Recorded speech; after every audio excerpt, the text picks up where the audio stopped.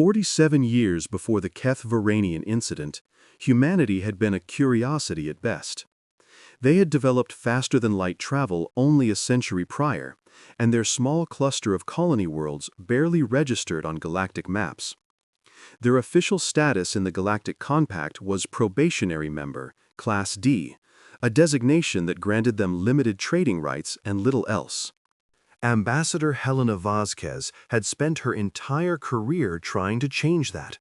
At 63 years old, she had devoted 4 decades to human interstellar diplomacy, slowly building relationships, negotiating trade agreements, and convincing the elder species that humanity deserved a seat at the table. It was thankless work. The compact species viewed humans the way humans might view a particularly clever species of insect. Interesting, perhaps, but ultimately inconsequential. Their biology was considered grotesque. Most compact species had evolved in low-gravity, temperate environments, not the high-gravity, volatile death world that had spawned humanity. Their lifespan was laughably short.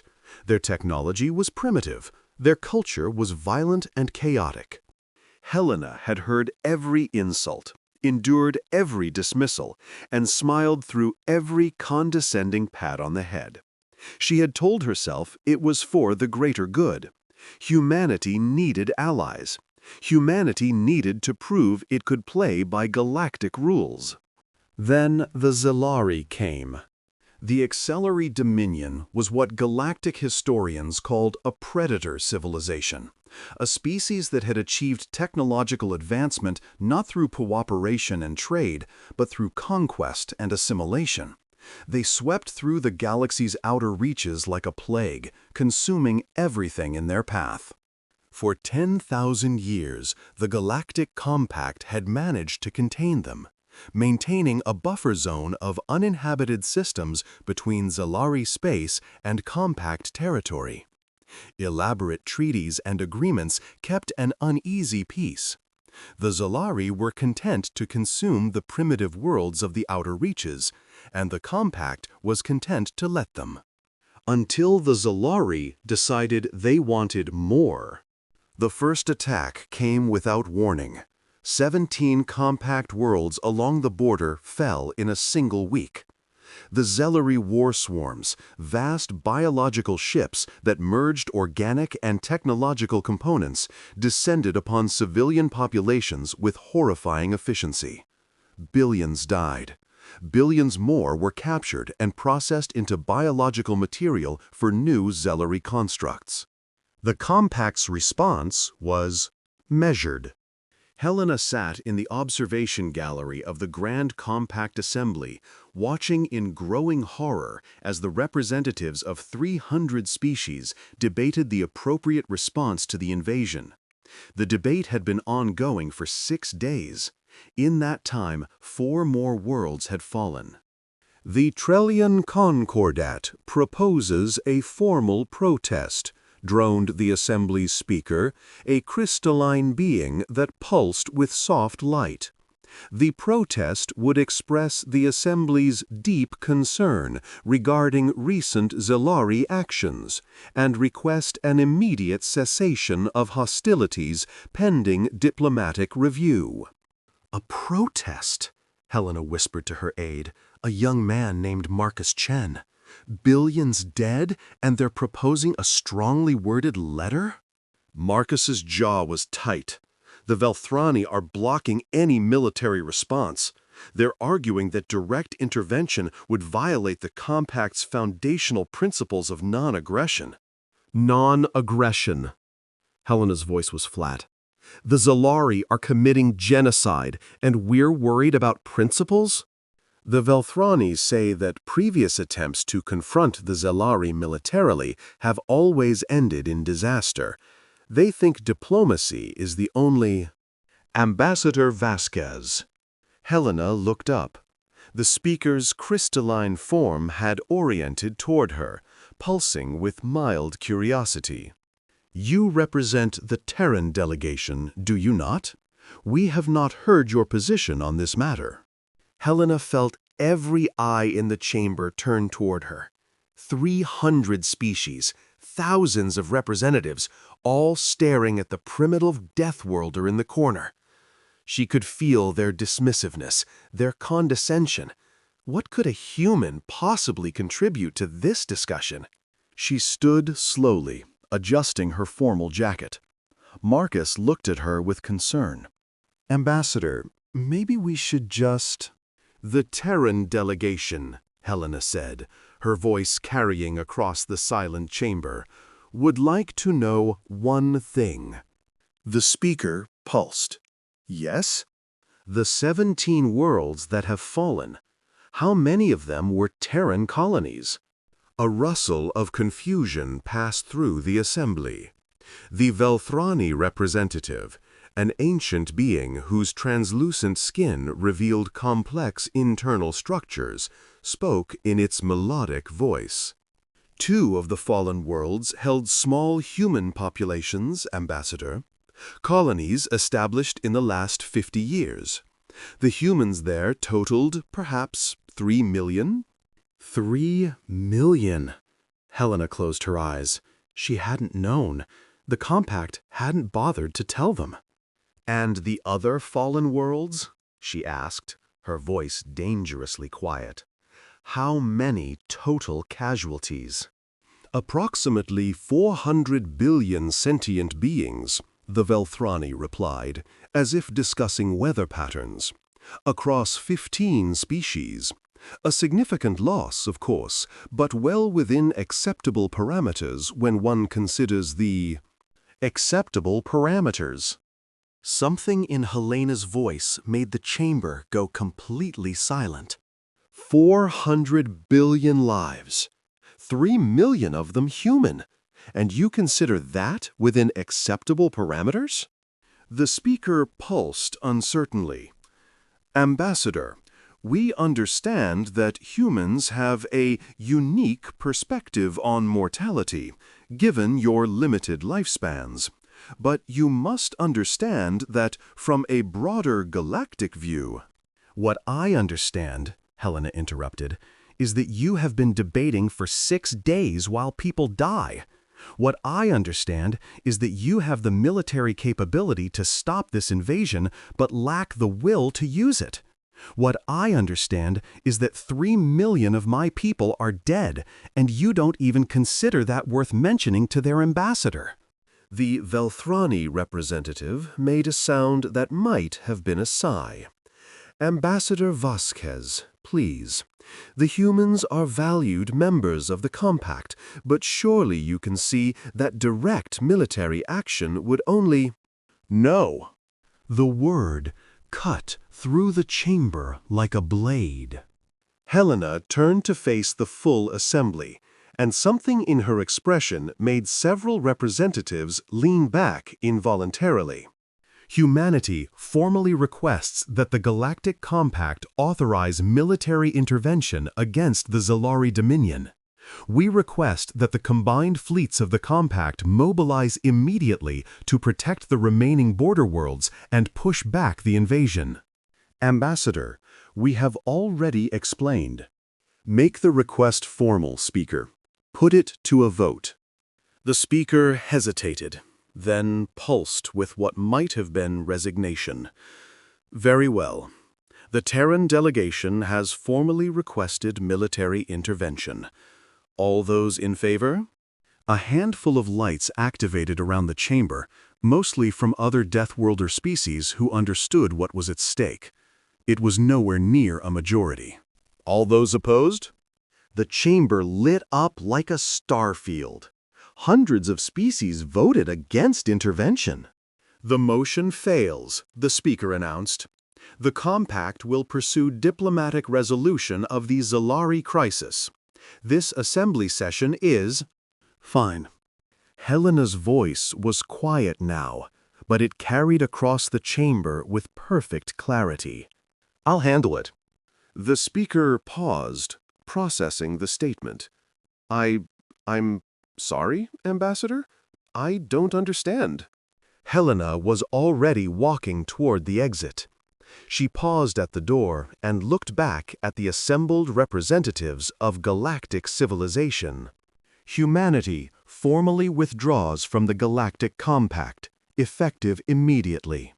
We will not stand by while our people are slaughtered. We will not wait for you to finish your debates. We will handle this ourselves."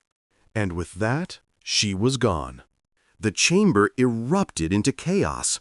Species who hadn't spoken in centuries suddenly had opinions. Representatives demanded clarification, demanded that someone stop the humans, demanded to know what handle it meant. No one noticed Marcus Chen slipping out a side entrance, already activating his quantum link to Earth. No one noticed because, in that moment, no one took humanity seriously. They would learn. Admiral Sarah Chen, no relation to Marcus, despite the shared surname that confused galactic intelligence analysts for years, was asleep when the alert came through. She was dreaming of her grandfather's fishing boat on Lake Superior, the way the water had looked in the early morning light, the smell of coffee and diesel fuel mixing in the cold air. It was her favorite dream, the one she retreated to when the stress of command became too much. The priority alert shattered it like glass. She was awake and on her feet before her conscious mind had processed the signal, decades of military training overriding everything else. Her quarters on the Lexington were small but efficient. Everything in Earthfleet was small but efficient, a necessity when you were building a navy from scratch while the rest of the galaxy looked down on you. "Chen here," she said, activating the comm paddle. "Admiral." The voice belonged to Commander Jackson, her flag captain. He sounded shaken, which was unusual for a man who had once navigated a burning frigate into a pirate base. "We've received flash traffic from Earth, Priority Alpha." Priority Alpha, the highest designation in the fleet. She had never seen it used outside of training simulations. On my way to CIC. She dressed quickly, pulling on her uniform without ceremony. The Lexington was the flagship of Earth's Third Fleet, all 12 ships of it. The entire human navy consisted of 47 vessels, ranging from the 5 carriers that served as the core of their combat capability to the converted freighters that passed for supply ships. 47 ships against the Zalari Dominion. The Combat Information Center was already buzzing when she arrived. Every station was manned, every screen displaying data. The main holographic display showed something that made her stop in her tracks. It was a deployment map. Every human ship, every marine unit, every reserve vessel, all of them converging on the border with Zalari space. What the hell is going on? Commander Jackson handed her a datapad. Ambassador Vasquez addressed the Compact Assembly 6 hours ago. She withdrew humanity from the Compact and declared we would be handling the Zalari situation ourselves. Herself? Chen skimmed the briefing document. On whose authority? She contacted the Joint Chiefs during the Assembly session. They contacted the President. The President convened an emergency session of the United Earth Government. Jackson paused. The vote was unanimous, Admiral. We're at war. Chen read the deployment orders, her mind racing. Every ship humanity possessed was being mobilized. Every reserve was being called up. Industrial colonies across human space were already converting to war production. "This is insane," she murmured. "The Xlari had been consuming civilizations for 10,000 years. We've had FTL for a century. We have 47 ships." 47 ships and 10 billion humans, Jackson replied.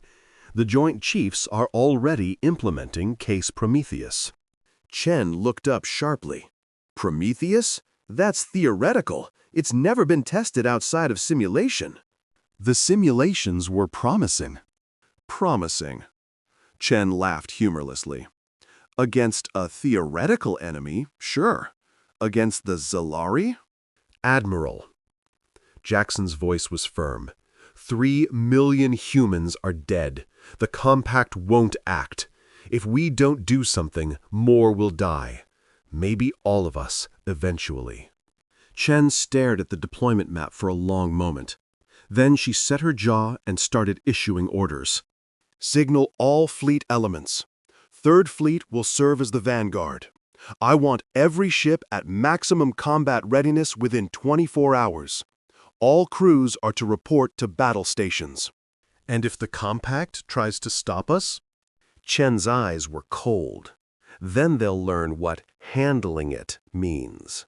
Ambassador Thexali of the Velthrani Concordat had lived for 612 standard years. In that time, he had served as diplomat, scholar, and advisor to 3 generations of Velthrani leadership. He considered himself an expert on galactic affairs, a being who had seen every possible permutation of interstellar relations. The humans, he was certain, had made a catastrophic error. They have 47 military vessels, he explained to the Emergency Council session, his melodic voice tinged with what might have been pity. The Zelari have encountered and consumed civilizations with 10,000 ships. This war the humans have declared will last perhaps a week before their species is rendered extinct. Should we intervene? Asked Representative Kess of the Morandi Collective, her feathered form rustling with concern. Despite their primitive nature, the humans have been productive members of the trade networks. Intervene how? The Thaxali replied. The humans have withdrawn from the compact. They have rejected our counsel. They have chosen to throw themselves against an enemy that has destroyed empires. This is not intervention. This is suicide. Perhaps we should offer them asylum, suggested another representative. Allow their civilians to evacuate before the Zelari finish destroying their military. An excellent suggestion. I will draft a formal... Ambassador Thexali! The voice came from a junior aide who had just rushed into the chamber. Emergency transmission from the border region. You need to see this. The main display activated, showing a tactical overview of the space between compact territory and Zelari-occupied systems. The Nakali's eyes widened. That's not possible. The human fleet, all 47 vessels, had entered Zelari territory. But they weren't alone. Somehow, impossibly, they had gathered additional ships along the way. Converted freighters, mining vessels, passenger liners, anything that could carry weapons or transport troops. The human armada now numbered over 300 vessels. Where did they get those ships? Kess demanded. They converted them, the aide stammered. Our intelligence indicates that human civilians volunteered their personal vessels, private citizens. They're welding weapons onto cargo ships and flying them into battle. That's suicide, Thexali breathed. Those ships aren't designed for combat. The humans don't seem to care. On the display, the human fleet approached the first Zelari-occupied system. The Maxili watched, expecting to see them torn apart by the biological monstrosities that served as Zelari warships. What he saw instead would haunt him for the rest of his very long life. The humans didn't fight like any species the galaxy had ever encountered. They didn't form neat battle lines. They didn't engage in the ritualized exchange of fire that characterized most space combat. They didn't target military installations first. They went straight for the Zelari world ships. In the center of the Zelari formation, dwarfing even their largest war swarms, sat 3 world ships, massive biological constructs that served as mobile population centers, processing facilities, and command nodes for the entire invasion. They were considered untouchable. Protected by layer upon layer of defense, shielded by millions of lesser Zelari creatures, they were the heart of Zelari power. The humans ignored everything else and threw themselves at those world ships with suicidal intensity. "They're dying," Kess whispered. "Dozens of ships, hundreds of lives." She was right. The human fleet was taking horrific casualties. Ships were being torn apart by Zalari bioweapons, consumed by acid clouds and living missiles. But they kept coming. Every destroyed human vessel was replaced by 2 more civilians pressing forward. Every dead crew was avenged by their comrades charging deeper into the formation. And then the human Marines began boarding the world ships. The Thoxai had never seen anything like it. Thousands of humans in powered armor breached the biological hulls and fought their way inside, room by room, chamber by chamber. They didn't negotiate. They didn't accept surrender. They simply advanced. The Zalari had never encountered an enemy that would willingly enter their world ships. The creatures were designed to terrify, to break the will of lesser species through sheer horror.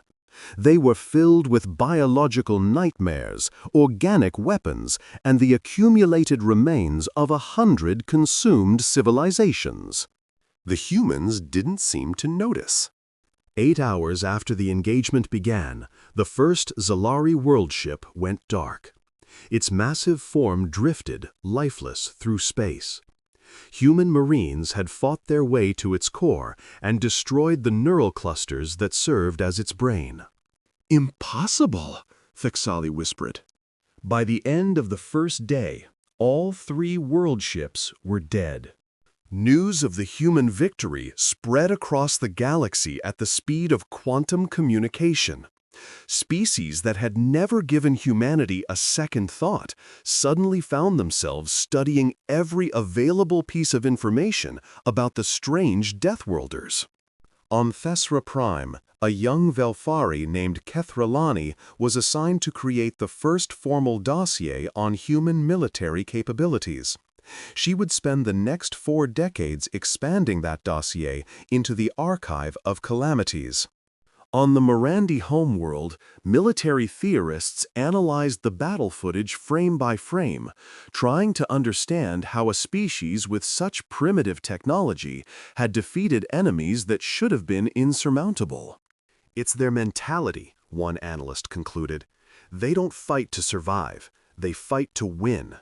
They accept casualties that would break any other species because they believe the alternative is worse." "That's insane," his colleague replied. "Yes, that's the point." On the Velthrani homeworld, Ambassador Thexali prepared a new report for his government. His hands trembled as he wrote. "We have made," he dictated, "a profound miscalculation. The humans are not simply another Deathworlder species. They are something entirely new. Something we do not understand and may never fully understand. They fight with a ferocity that defies rational analysis. They accept losses that would shatter any other civilization. And most disturbing of all, they seem to enjoy it. Their ships broadcast music during combat. Their soldiers make jokes while dying. Their commanders issue orders with a casualness that suggests they view galaxy-shaping conflict as routine. I strongly recommend that the Concordat immediately begin developing new diplomatic protocols for dealing with human leadership. We must find a way to maintain peaceful relations with this species, because I fear what would happen if we become their enemy." The report was received, analyzed, and filed. And across the galaxy, similar reports were being written by diplomats and intelligence analysts of 100 species, all reaching the same conclusion. Humanity was terrifying. Not because of their technology or their numbers or their resources, but because of something fundamental about the way they approached problems. When backed into a corner, most species surrendered. When backed into a corner, humans attacked. The HFY War lasted 3 years and 7 months. In that time, humanity transformed from a minor species, barely worth noticing, into the most feared military power in the known galaxy. They built ships faster than anyone thought possible, designed new weapons on the fly, and developed tactics that seemed suicidal until they worked. They also did something that no one expected. They asked for help. Not from the Compact. The Compact had already proven its uselessness, but from individual species who wanted to fight, from civilizations that had lost worlds to the Zalari and wanted revenge, from beings who had watched their families be consumed and processed and had nothing left to lose. The human allied forces grew from humanity's original fleet of 47 ships to over 2,000 vessels representing 15 species. Some contributed military technology. Others provided intelligence about Zalari weaknesses. Still others simply showed up with whatever weapons they could find and asked where they should point them. Admiral Chen led the combined fleet with a mixture of brutality and genius that military historians would debate for centuries. She developed the hammer and anvil strategy that would become the signature human approach to warfare. Pin the enemy in place with overwhelming firepower, then send in the Marines to finish the job. The HFY had never faced anything like it. For 10,000 years, they had conquered by fear. They overwhelmed their enemies with numbers and horror, broke their will before the battle even began. But the humans couldn't be frightened. Every atrocity the Zalari committed only made them angrier. Every world consumed only strengthened their resolve. And when the humans got angry, they became creative. The bio-disruption warheads were developed on a human colony world in 6 months. They were designed specifically to target Zalari organic technology, using modified viruses that spread through biological systems and caused catastrophic cellular breakdown. The first test deployment destroyed an entire Zalari war swarm without losing a single human ship. The HFY tried to adapt. They always adapted. It was how they had survived for 10 millennia. But the humans adapted faster. Every HFY innovation was countered within weeks. Every new biological weapon was analyzed, understood, and neutralized. They're learning our bodies. The HFY overmind broadcast to its remaining clusters. They're taking us apart and studying our cells. This has never happened before. Can we develop new defenses? Not fast enough. The humans are too quick, too relentless. We cannot outthink them. Then we must destroy them before they destroy us. The HFY launched their final offensive 3 years into the war. Every remaining war swarm, every world ship, every biological weapon they had ever developed was sent toward Earth in a desperate attempt to decapitate human civilization. They never made it. The Battle of Sol was the largest military engagement in galactic history. 2,000 human and allied ships faced a Zalari force of over 10,000. The odds were terrible. Any rational analysis suggested that humanity would be overwhelmed. The analysts had forgotten to account for human creativity. Admiral Chen had spent 3 years preparing for this moment. She had studied every Zalari engagement, analyzed every tactic, and developed a plan that was either brilliant or insane. The humans let the Zalari come. They retreated, drawing the massive Zalari fleet deeper and deeper into the Sol system. They took casualties, lost ships, appeared to be on the verge of total defeat. The Zalari, sensing victory, pressed forward eagerly. They didn't notice the minefield until it was too late. Every asteroid, every chunk of debris, every piece of rock in the Sol system had been seeded with explosives.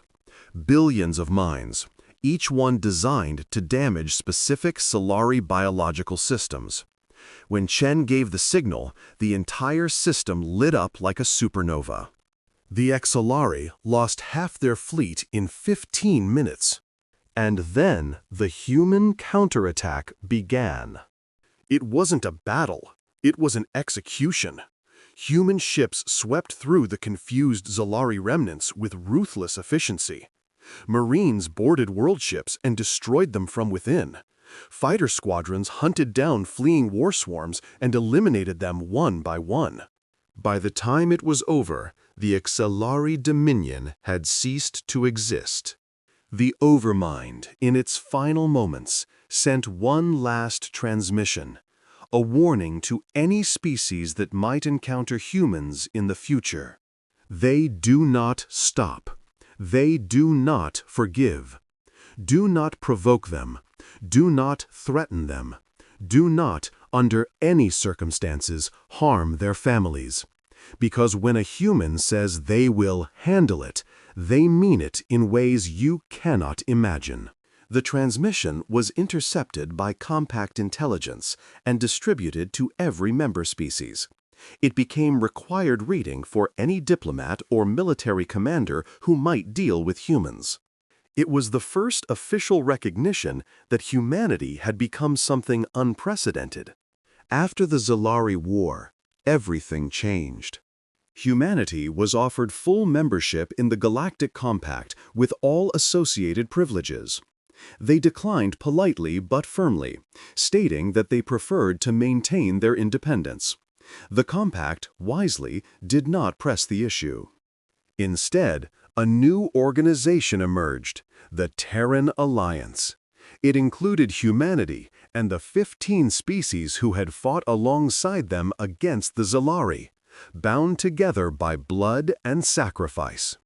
The alliance quickly became the second most powerful political entity in the galaxy.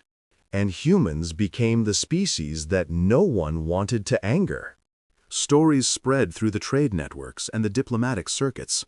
Stories about what happened when you crossed humanity. Most were exaggerated. Some were not. There was the story of the Qurayshi pirates who had captured a human merchant ship and held the crew for ransom. When humanity's response arrived, it wasn't a negotiating team, it was a battle group. The pirates were given one chance to surrender. When they refused, their entire base was atomized from orbit.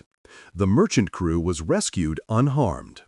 There was the story of the Threshkai Trade Consortium, who had attempted to swindle a human colony out of its mineral rights through falsified contracts.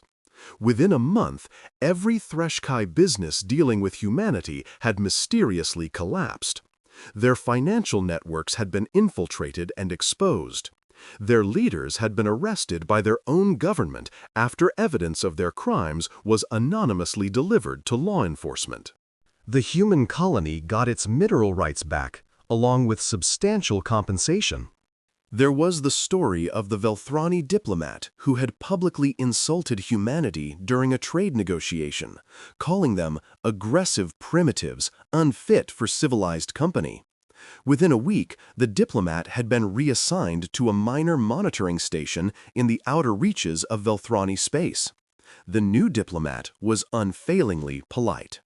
But the most famous story, the one that became legend, involved a species called the Corvani. The colony of New Providence was one of humanity's smallest settlements, barely 50,000 people living on a temperate world at the edge of human space. It was a farming community mostly, founded by families who wanted a quiet life away from the bustle of Earth and the inner colonies. The Corvani found them by accident. The Corvani Empire was ancient, older than the Velthrani, older than the Compact, older than recorded galactic history. They had once ruled vast swaths of the galaxy before withdrawing to their home cluster millennia ago.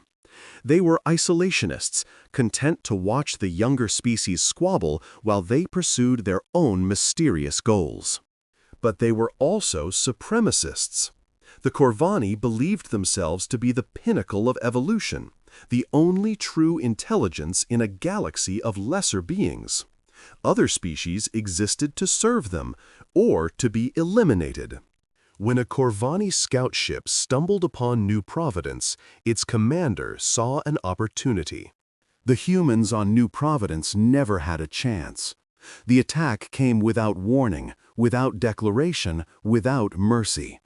Corvani soldiers swept through the small settlement, killing adults and capturing children. Within hours, 18,000 human children had been loaded onto transport ships and taken to Corvani space.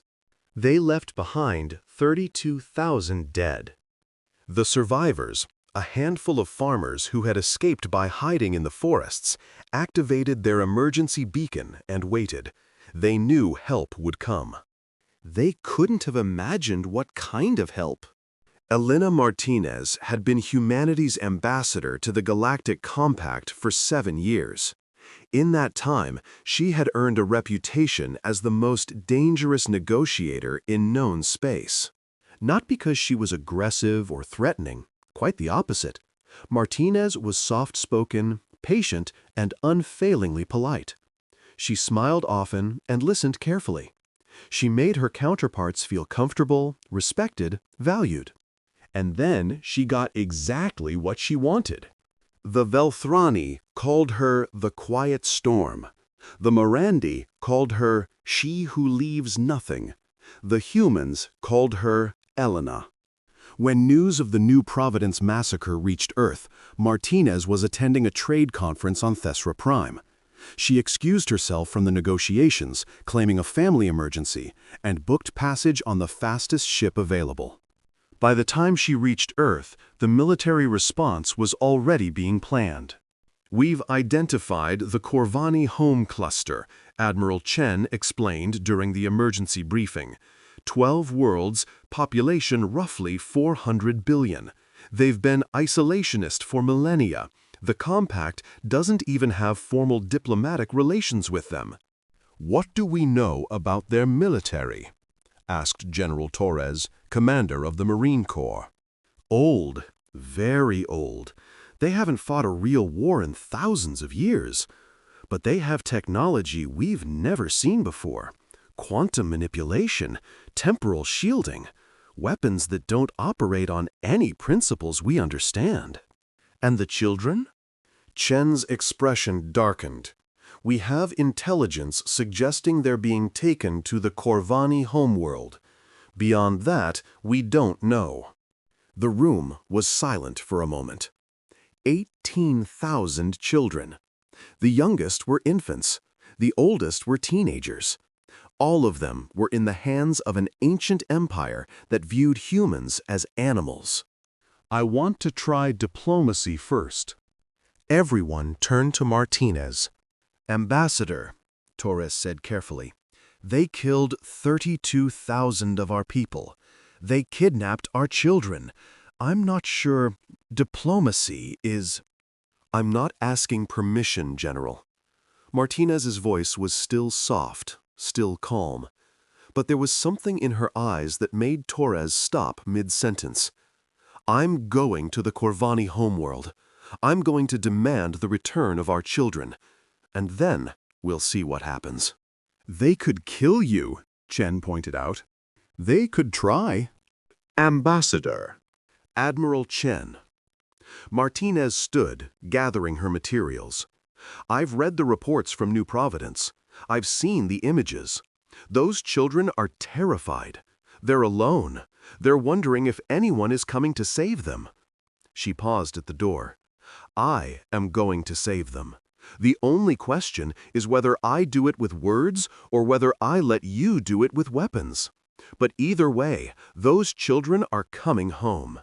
She left without waiting for a response. The Corvani had last received foreign visitors roughly 4,000 years ago. They had killed those visitors and mounted their remains as a warning to others. No one had come since. When Ambassador Martinez's ship approached the border of Corvani space, it was intercepted by a patrol fleet of 12 vessels. The Corvani ships were elegant and terrifying, smooth curves of silvered metal that seemed to shift and flow like liquid. "Unidentified vessel," came the transmission, in heavily accented galactic standard. "You have violated Corvani space. Surrender immediately or be destroyed." "This is Ambassador Elena Martinez of the Terran Alliance. I am here to speak with your Emperor regarding the return of human children taken from the colony of New Providence. I request formal diplomatic contact." There was a long pause. "Humans!" The voice dripped with contempt. "You dare approach us! Your children now belong to the Empire. They will serve as they were meant to serve. If you wish to join them in servitude, you are welcome to try." Martinez's expression didn't change. "I request formal diplomatic contact. I wish to present my case to your Emperor." Another pause, longer this time. Then, unexpectedly, "Very well. You will be escorted to the homeworld. But understand this, human. You will not leave alive. We are merely curious to see what one of your vermin looks like before we crush your pitiful species." "I understand. Thank you for your hospitality." Ambassador Martinez was escorted through kilometers of corridors lined with the preserved remains of conquered species. The Corvani wanted her to see what they had done to others. They wanted her to be afraid. She smiled politely and commented on the artistic quality of the displays. The Emperor's throne room was vast, a cathedral of black stone and silver metal that could have held a small city. Thousands of Corvani nobles lined the walls, watching with cold curiosity as the human was brought before their master. The Emperor himself was ancient beyond measure, his body sustained by technology that made him more machine than organic. He sat upon a throne of crystallized energy, his multiple eyes focusing on Martinez with obvious disdain. "So," he said, his voice echoing through the chamber, "this is a human. I expected something more." "Your expectations are not my concern, Your Majesty." Martinez's voice was calm, carrying easily through the vast space. "I am here to discuss the return of human children taken from the colony of New Providence." A ripple of shock passed through the assembled nobles.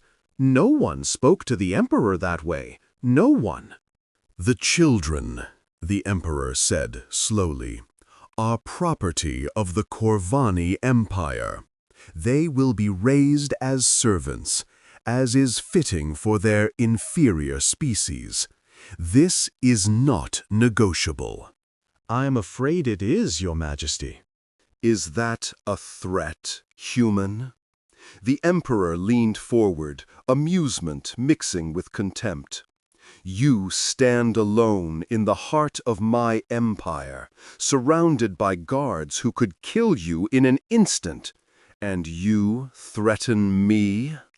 "I don't make threats, Your Majesty. I make offers." Martinez reached into her diplomatic pouch and produced a small data crystal.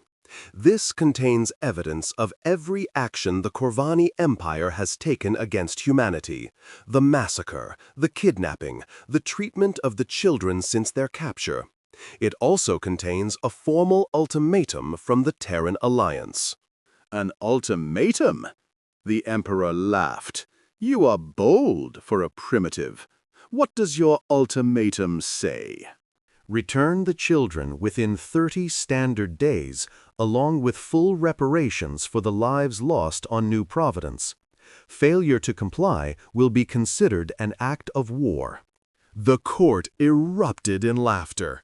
thousands of Corvani, all mocking the tiny human who dared threaten their ancient empire. The Emperor waited for the laughter to subside. "You amuse me, human. For that, I will give you a quick death instead of a slow one. But first, tell me, what makes you believe your pathetic species could ever threaten the Corvani Empire?" Martinez smiled. It was not a warm smile. "Your Majesty, I'd like to tell you a story. A few years ago, there was a species called the Zilari. They had existed for 10,000 years. They had consumed hundreds of civilizations. They thought they were invincible." The Emperor's eyes narrowed. "We are aware of the Exalari. Their extinction was unexpected." "We killed them," Martinez said simply. "Not because they were a threat to the galaxy, not because the Compact asked us to. We killed them because they attacked our colonies and killed our people. 3 million humans out of 10 billion, less than 1% of our population. And for that, we exterminated an empire that had lasted 10 millennia." The chamber was silent now. "Your forces killed 32,000 of our people," Martinez continued. "You took 18,000 of our children. And here's what you need to understand, Your Majesty. We love our children. We would die for them. We would kill for them. And we would burn your empire to ash to get them back." "You are insane," the Emperor whispered. "Your species is insane." "Perhaps, but we're also very, very good at what we do." Martinez stepped closer to the throne, ignoring the guards who moved to stop her. "You have 30 days, Your Majesty. After that, I'll be back. And I won't be alone." She turned and walked toward the exit, her footsteps echoing in the shocked silence. "Stop her!" the Emperor commanded. "Kill her!" Guards moved to intercept her, weapons raised. "One more thing," Martinez said, pausing at the door. She held up a small device. "This is a dead man switch. It's connected to a quantum transmitter that will send a signal if my heart stops beating. That signal will activate a contingency that my government has already put in place." "What contingency?" Martinez smiled again. "The contingency is called Prometheus Rising. I'm sure your intelligence services will be able to figure out what it means. I'll see myself out." And she walked out of the throne room, through kilometers of corridors, past thousands of guards who watched her but didn't dare stop her, back to her ship. She was gone before the Corvani even began to understand what had just happened. After Martinez's departure, the Emperor summoned his intelligence chiefs and demanded to know everything about this Prometheus Rising contingency. What they found terrified them. During the Exalari War, the chief intelligence officer reported, his voice trembling, the humans developed a weapon called the Prometheus device. It was never deployed. The war ended before it was necessary. But according to our sources, it was designed for exactly one purpose: the complete annihilation of a species. Explain. The device works by targeting specific genetic markers. Once activated, it spreads through any method of interstellar travel, ships, probes, even ambient radiation. It rewrites the DNA of its targets, causing cellular breakdown on a massive scale. Within a generation, the targeted species would be extinct. And they have aimed this weapon at us? According to intercepted communications, the Prometheus device was modified specifically for Corvani biology 3 days after the attack on New Providence. If the ambassador dies, or if the humans believe we will not return the children, it will be deployed. The Emperor sat in stunned silence. This was not how weaker species were supposed to behave. They were supposed to plead, to bargain, to eventually submit. They were not supposed to threaten genocide. "We are the Corvani," he said finally. "We have ruled for 100,000 years. We cannot be threatened by primitives."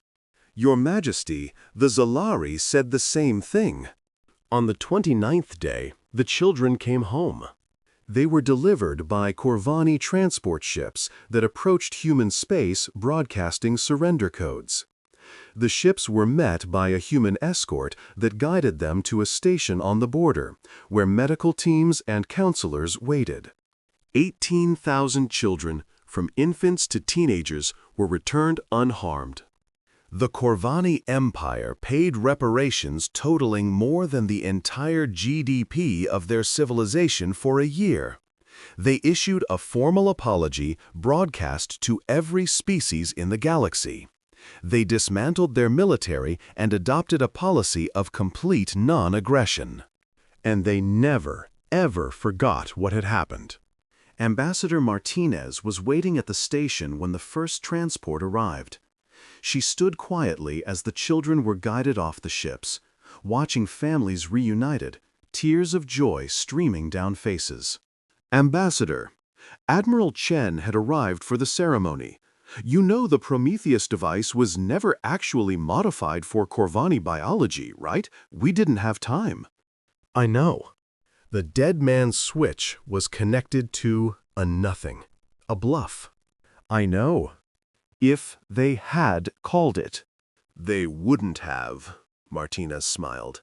"I've read their history. I understood their psychology. They were bullies, and bullies always fold when you call their bluff." Chen shook her head. "What if you'd been wrong?" Martinez looked at the children, laughing, crying, embracing their parents. She watched a mother holding an infant, sobbing with relief. "Then you would have found another way to bring them home," she said. "That's what we do. That's what makes us human." Chen had no response to that. She simply stood beside the ambassador and watched as humanity's children came home. In the decades that followed the Corvani incident, humanity's reputation in the galaxy underwent a curious transformation. They were no longer simply feared, they were understood. Or rather, species across the galaxy came to understand the basic principles of dealing with humans. First, do not harm human civilians, ever, under any circumstances. There is no provocation that will cause humans to accept damage to their non-combatants. They will pursue vengeance across centuries if necessary. Second, do not make promises you cannot keep. Humans value trust. They will forgive honest failure, but deliberate deception is treated as a fundamental betrayal that can never be overcome. Third, do not underestimate their creativity. Humans solve problems in ways that no other species can predict. Their minds work differently. They make connections that seem random, but somehow always lead to victory. Fourth, do not mistake politeness for weakness. Human diplomats are trained to be friendly, accommodating, and patient. This is a tactic. The friendlier the diplomat, the more careful you should be. And fifth, the most important rule of all. When a human says, "Fine, I'll handle it," leave the system immediately. This last rule became so widely known that it spawned its own diplomatic protocols. Intelligence agencies across the galaxy developed algorithms specifically designed to detect when human patience was running out. When these algorithms triggered a warning, standard procedure was to immediately offer whatever concessions were necessary to avoid human handling of the situation. It didn't always work. 41 years after the HFY War, a minor trade dispute arose between the Thessaran Confederacy and a human mining consortium. The details were mundane, conflicting claims over asteroid mining rights in a shared system. Such disputes were common in galactic commerce and typically resolved through arbitration. The Thesran representative, a young diplomat named Valkith, was confident in his position. His government had superior claim to the asteroid field based on historical surveys conducted centuries before humans had achieved FTL. "The humans are reasonable," his mentor had assured him. "Present the evidence, make a fair offer, and they will negotiate. Just don't give them any reason to take it personally." Velketh had nodded and prepared his case meticulously. He had decades of precedent supporting Thesran claims. He had expert witnesses, historical documents, and legal analysis. He was certain he would win. The arbitration hearing took place on a neutral station, moderated by a Velthrani judge known for fair decisions. The Thesran delegation presented their case over 3 days, laying out every piece of evidence with careful precision. The human delegation's counter-argument took 30 minutes. "We acknowledge the Thesran historical claim," the human representative said, a middle-aged woman named Sarah Wong. "However, we note that the survey referenced in their documentation was conducted 342 years ago, and the Thesran Confederacy made no attempt to exploit the resources in question during that time. The Thesran Confederacy reserves the right to—" Furthermore, Wong continued, "human mining operations in the disputed field have been ongoing for 17 years. We have established infrastructure, created jobs, and developed a small but thriving community of families who call this field home." That does not negate the historical. "Miss Wong," the Velthrani judge interrupted, "what is your proposed resolution?" Wong smiled. "We propose joint development. The Saren companies can participate in mining operations alongside human firms. Profits will be shared based on contribution. All existing human communities will be protected." Velketh felt a surge of hope. This was actually reasonable, perhaps even generous. "The Thesran delegation finds this proposal acceptable in principle. We would need to negotiate the specific terms of—" "Rejected." Everyone turned to look at the newly arrived Thesran, a senior representative named Threshmore who had just entered the chamber. "I speak for the Confederacy Council," Threshmore announced. "This dispute is not about mining rights. It is about principle. Humans have been allowed to expand unchecked for too long. The Confederacy will not recognize any human claim in this sector. The mining operations will cease, the human settlements will be evacuated, and the field will be turned over to Thesran control.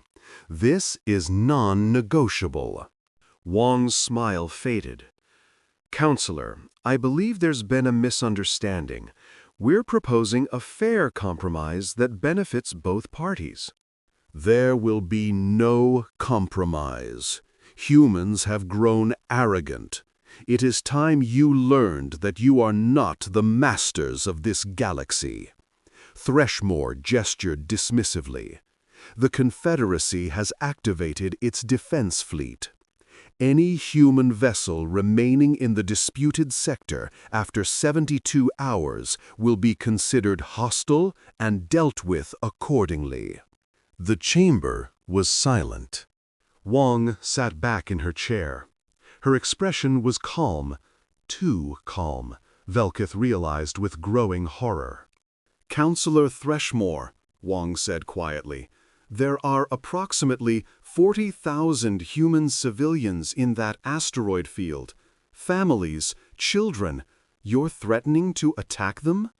They should have thought of that before trespassing on Thesran territory." "I see." Wong gathered her materials and stood. "In that case, I believe this arbitration is concluded." "Wait!" The Velthrani judge leaned forward, clearly alarmed. "Surely we can continue negotiations." The Thessaran Confederacy has made its position clear, Wong said. They intend to attack human civilians.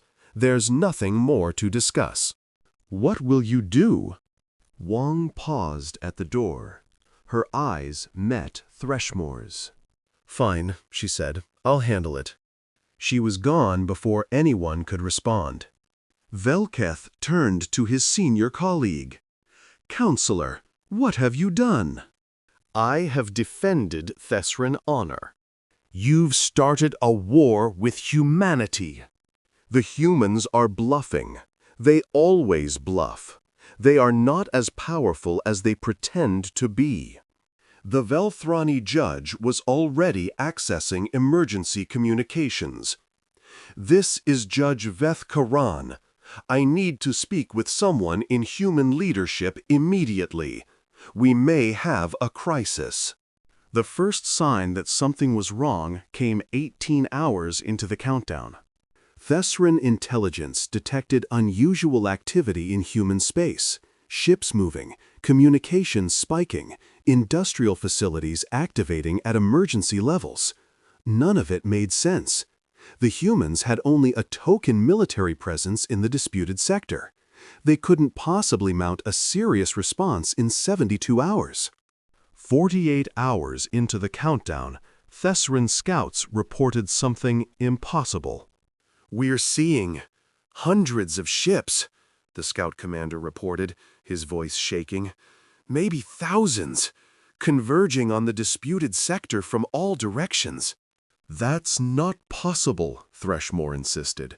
The human fleet is deployed elsewhere. We monitored their positions. Sir, these aren't military vessels. They're everything.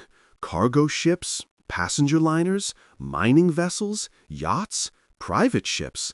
There must be 10,000 of them. What are they doing? They're forming a wall, sir, between our fleet and the asteroid field. They're not armed. Most of them aren't even armored.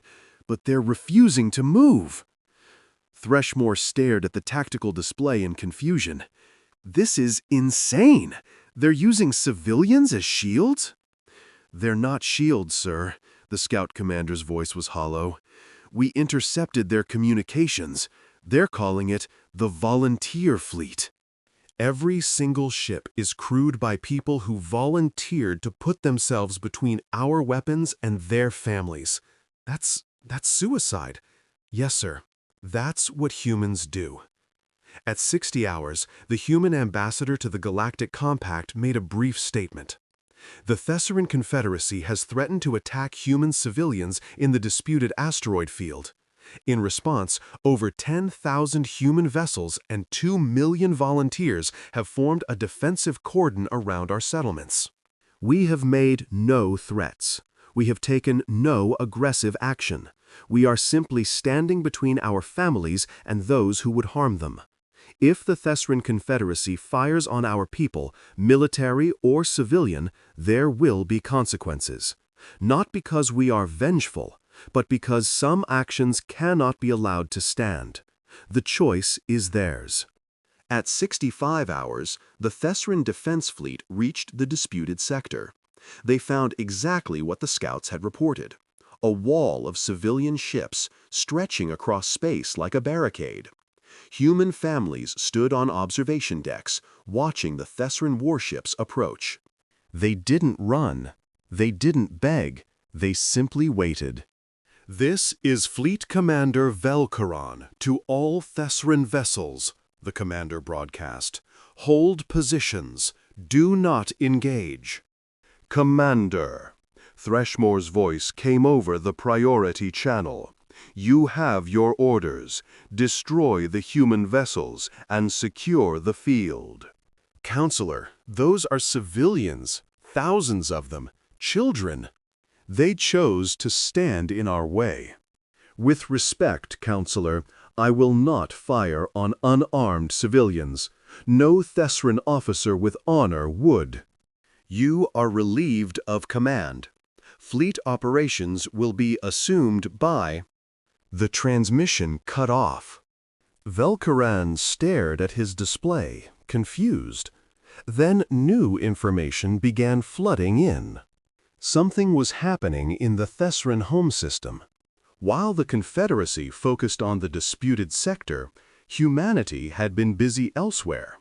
Ambassador Wong hadn't returned to human space after leaving the arbitration. Instead, she had gone directly to the Thesran homeworld, arriving on a diplomatic vessel that was granted standard courtesies despite the escalating crisis. She requested an audience with the Confederacy Council. She was granted one. The council chamber was full when she arrived. Every major political figure in the Confederacy, all watching the human ambassador approach with a mixture of hostility and unease. "Ambassador Wong," the council chief said coldly, "you have audacity, coming here while your people mass ships against our fleet." "Those ships are defensive," Wong replied calmly. "They're protecting our civilians from your threatened attack." "You use civilians as shields and call it defensive?" "No, we use ourselves as shields. That's different." Wong smiled slightly. "I'm here to offer one final opportunity for resolution." "Your terms were rejected. The Confederacy's position is clear." "I understand. I'm not here to renegotiate. I'm here to explain what happens next if you proceed with your attack." "Threats, Ambassador?" "Information."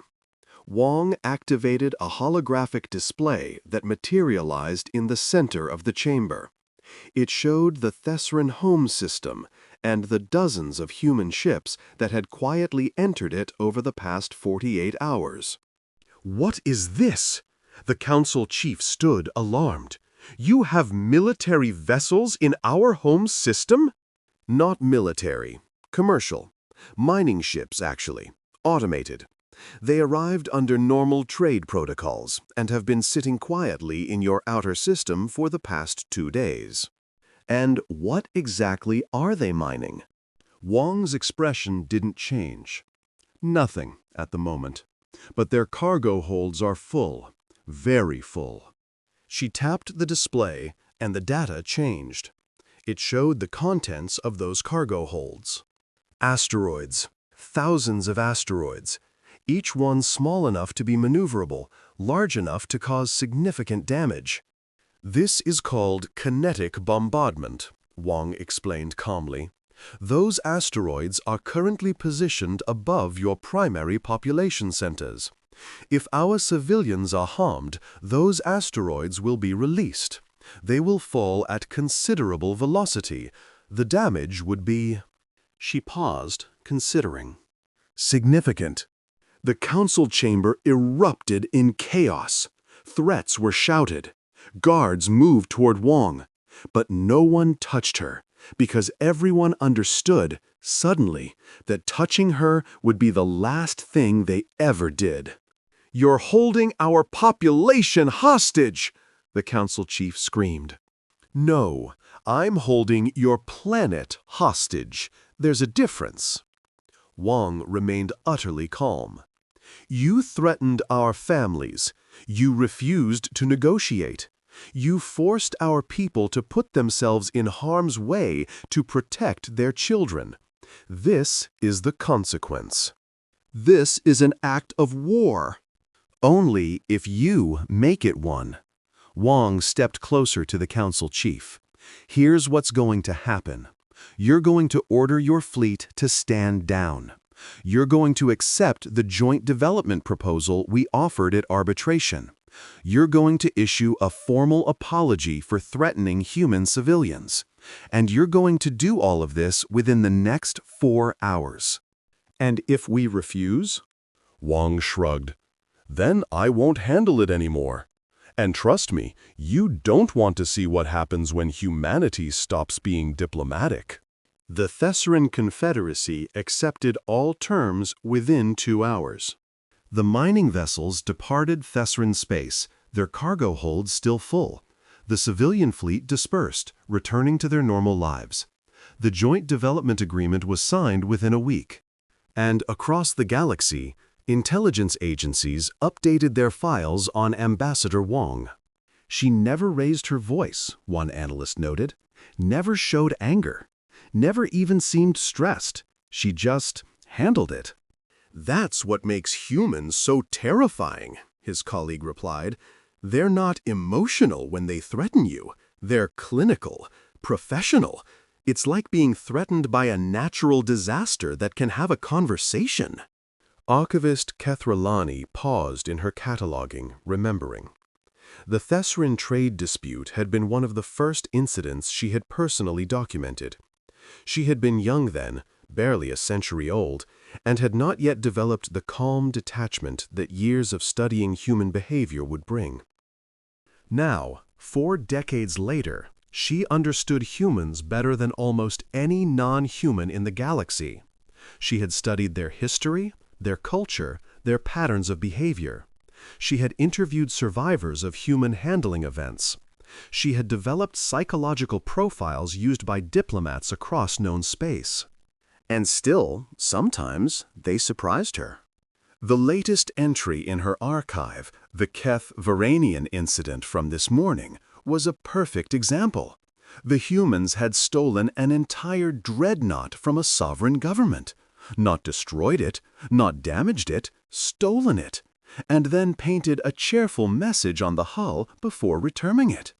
"That's what I don't understand," she murmured to herself. "The humor. They treat galaxy-shaping events like games." Her assistant, a young Velthari named Thescora, looked up from his own work. "Archivist?" "The humans, Thescora. Have you noticed how often their interventions include what appears to be jokes? I assumed it was mistranslation." "It's not." Kethralani pulled up several examples on her display. When they destroyed the Zellari world ships, their marines were recorded singing something called battle music. During the Thessarin incident, Ambassador Wong apparently made a pun about rock-solid negotiations that human observers found amusing. And now this, painting a message on a stolen warship? What does it mean? I've been studying that question for 40 years. Kethralani shook her head. The best theory I've developed is that humor serves as a psychological coping mechanism.